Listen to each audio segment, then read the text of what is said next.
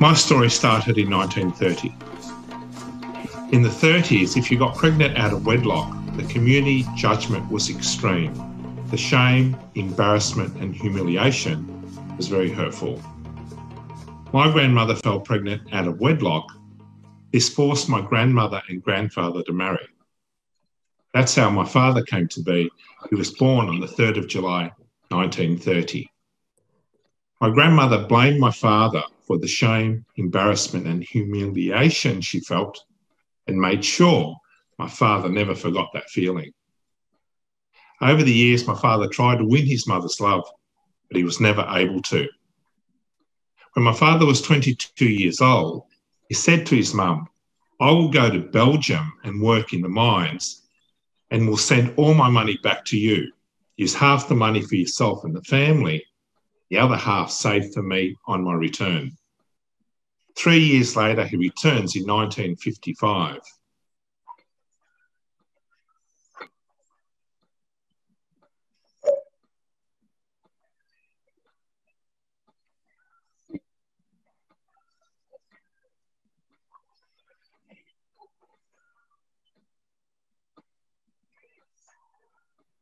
My father was heartbroken, hurt, and very angry.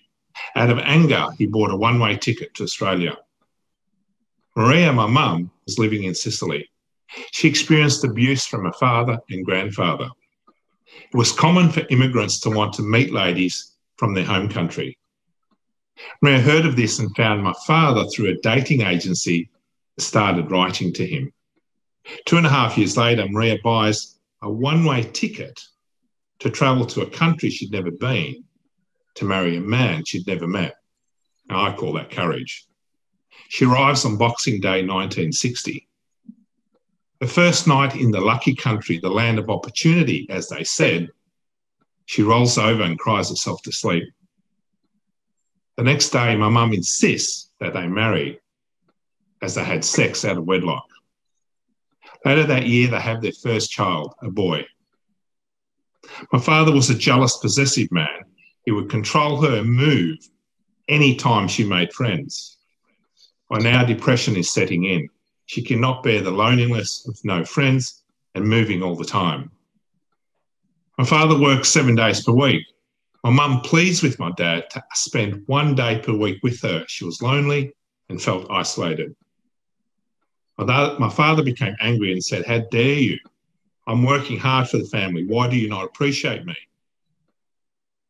How much pain must a woman be in to be 7 months pregnant with her second child and decide to kill herself? By jumping into a well as she was about to jump in, my father grabbed her by the hair and threw her to the ground. As the due date was fast approaching, my mum wanted a baby girl, as she'd hoped having a girl would make her life worth living, something to focus on and something to look forward to. At 4:07 p.m. on the 9th of February 1963, Maria was so disappointed in giving birth to a baby boy. That boy was me.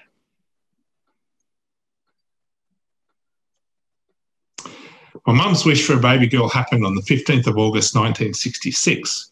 She gave birth to a healthy, beautiful baby girl, Anna Maria, my sister.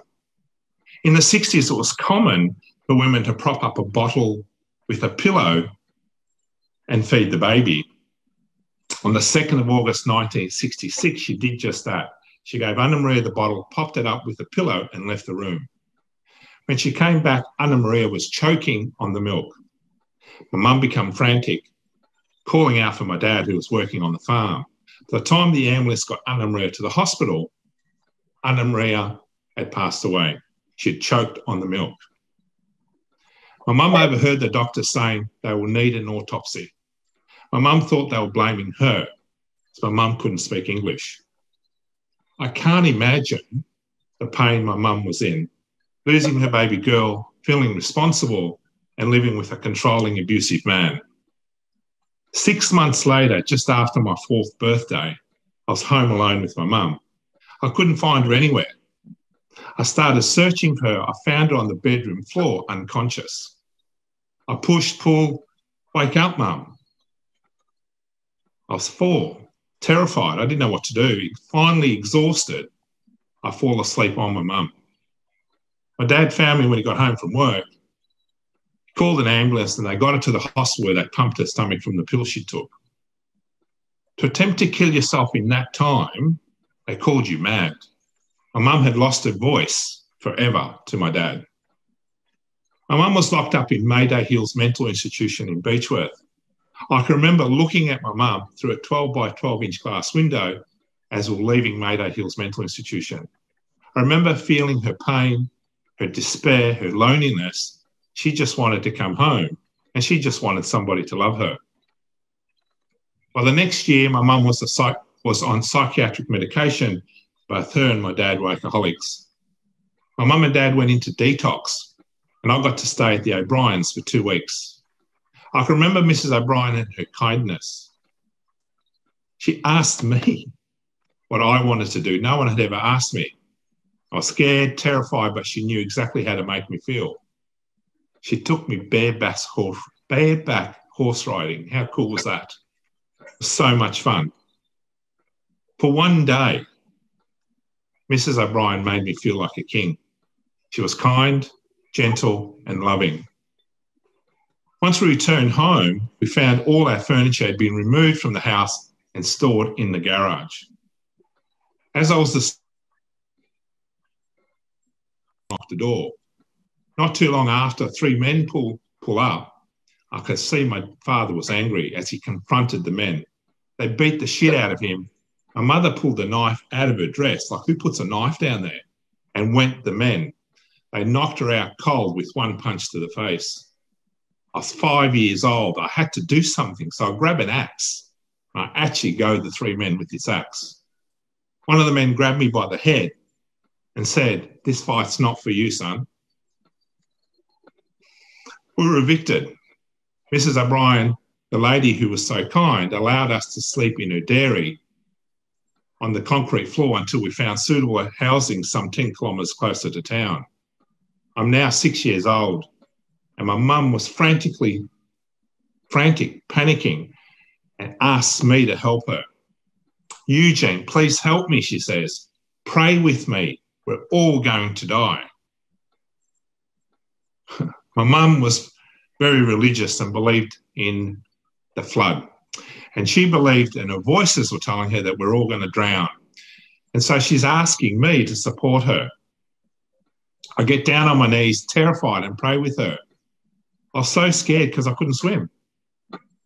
But I couldn't show my mum I was scared. This went on month after month after month. I was visiting my mum in Mayday Hills Hospital. I was 12 years old. The interpreter didn't show up this day and they asked me to interpret, which of course I volunteered. I agreed, and after some basic questions about health and general well-being, the nurse asked me to ask my mum, was there anything else?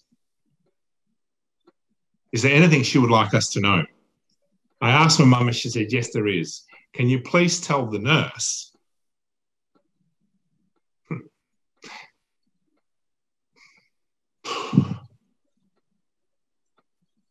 can you please tell the nurse to ask my husband to stop raping me? Because I don't like it." The nurse said, "Is there anything else?" My mum said no, and she said, "We'll see you next time." The sad truth was that what my mum said was the truth. But because she was a paranoid schizophrenic, they didn't believe her. My father wanted sex and my mum would say no. My dad would wake me up and get me to bring wine to both of them until my mum was so drunk that she couldn't resist, and my dad would do whatever he wanted to her sexually without any regard for my mum, for myself or my brother. It really messes with your mind when you know what is happening is wrong, but that mental health system did nothing. So what are you meant to think when you're 12? It really fucks with your mind. Fast forward to when I'm 15 years old. My father pushed my mum off a set of stairs. That was it.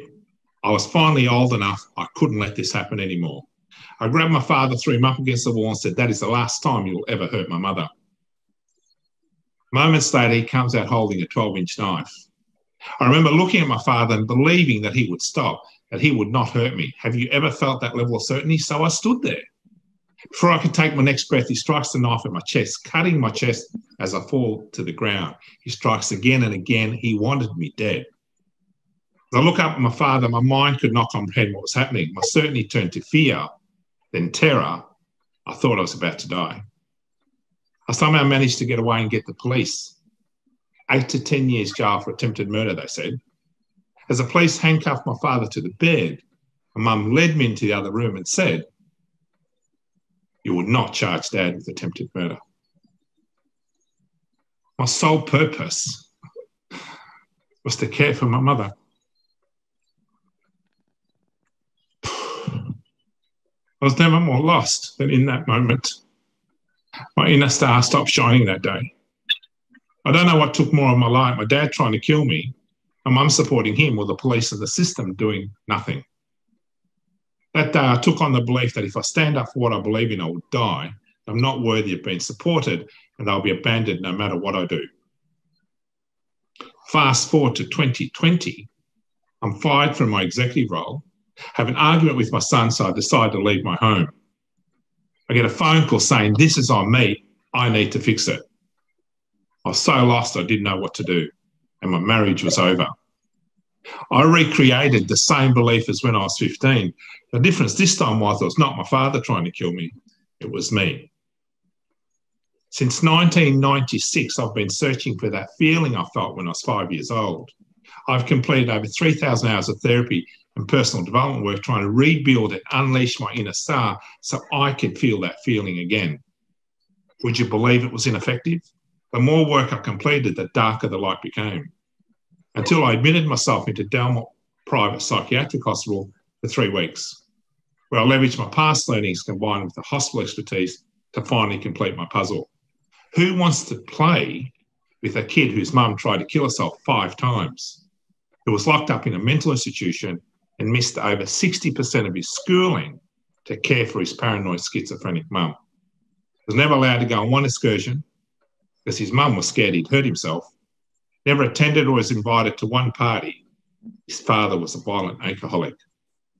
Nobody wanted to play with that kid. I was so lonely. I was different from all of you. I built an armour so thick no one could penetrate it. My breakthrough came when I took the armour off, looked into my heart, and allowed myself to feel my pain. I had to understand my experiences, the meaning I gave them, radically accept them, and to forgive. Forgive them and forgive myself. I let no one see my demons, my pain, my fear, the shame, and the worthlessness I carried, and how it has tormented me my whole life. Instead, I thought I had to be strong, had to be the problem solver, the fixer of all things. That was all I knew, until I lost everything. My executive role, my family, my marriage, my self-respect, and what little dignity I had left. On the 6th of July, I took my first Valium ever. 17 hours later, if the police didn't find me, I would be dead. The Valium broke through my armour and brought to the surface my original trauma. It was the first time I felt the pain of my father trying to kill me and my mum supporting him instead of me. Like, who wants to feel that? Which collided with my current situation of losing my executive role, my family, my marriage, my self-respect, my self-control, my mind, and my dignity. It was the most painful feeling I'd ever experienced. My heart felt like it was breaking into a million pieces. I just wanted someone to make it stop. On the 7th of July at 3:42 p.m, I decided to make it stop. Erik Erikson talks about the 5 stages of human development. In my experience, if your needs are not met, your development not provided, you had some challenging experiences in any of the 5 stages, then you can activate 3 of the greatest human fears. Fear that you're not lovable, that you're not good enough, and that you do not belong.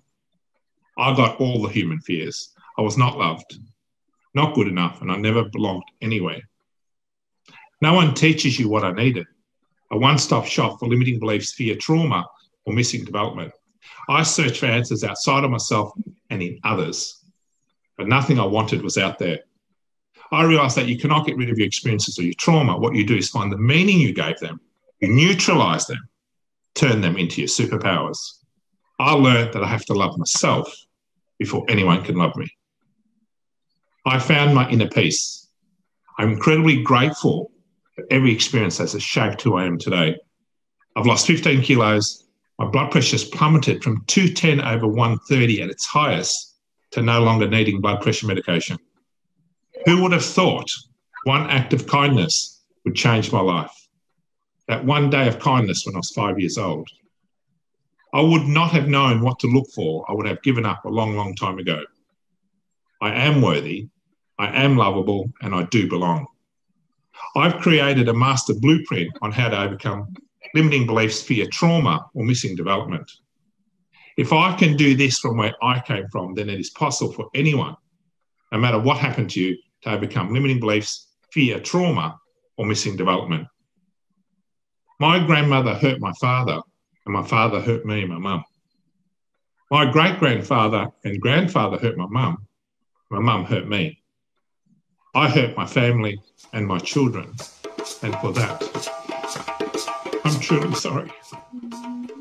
Hurt people until they stop and love themselves first. Thank you.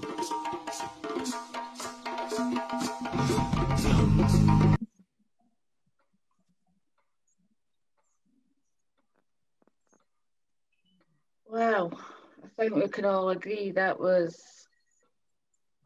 man is so courageous and so brave. What he went through, nobody should ever have to deal with that kind of pain, that kind of suffering, and that feeling of not belonging. Everybody deserves to feel like they belong.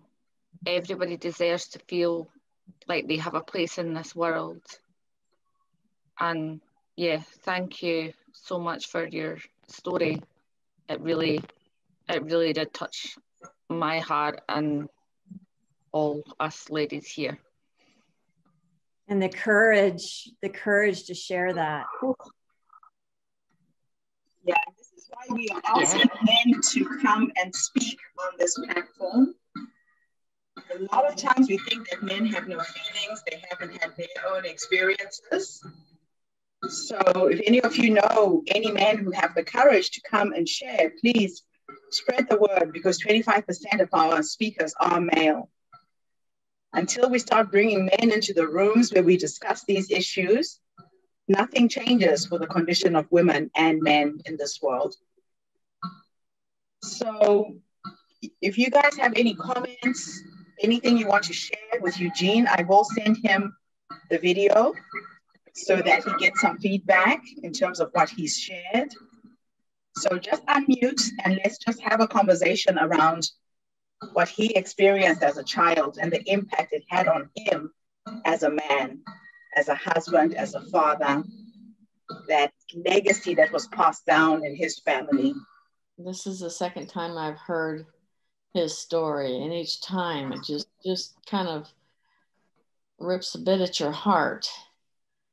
But what really sticks in my mind is while he's telling the story, you just can't even fathom something like that happening to a person. And then as he talks about getting his superpowers, my heart jumps for joy that he's able to get past it. I mean, so many things went wrong in his life, and he could have just given up. And somewhere in there, he dug down deep and found that kindness that woman gave him when he was 5 years old. And to remember that kindness and to grow from it is, because when I think about him going back that far to get that spark, that little seed of love, I mean, just a little seed, like a mustard seed of love.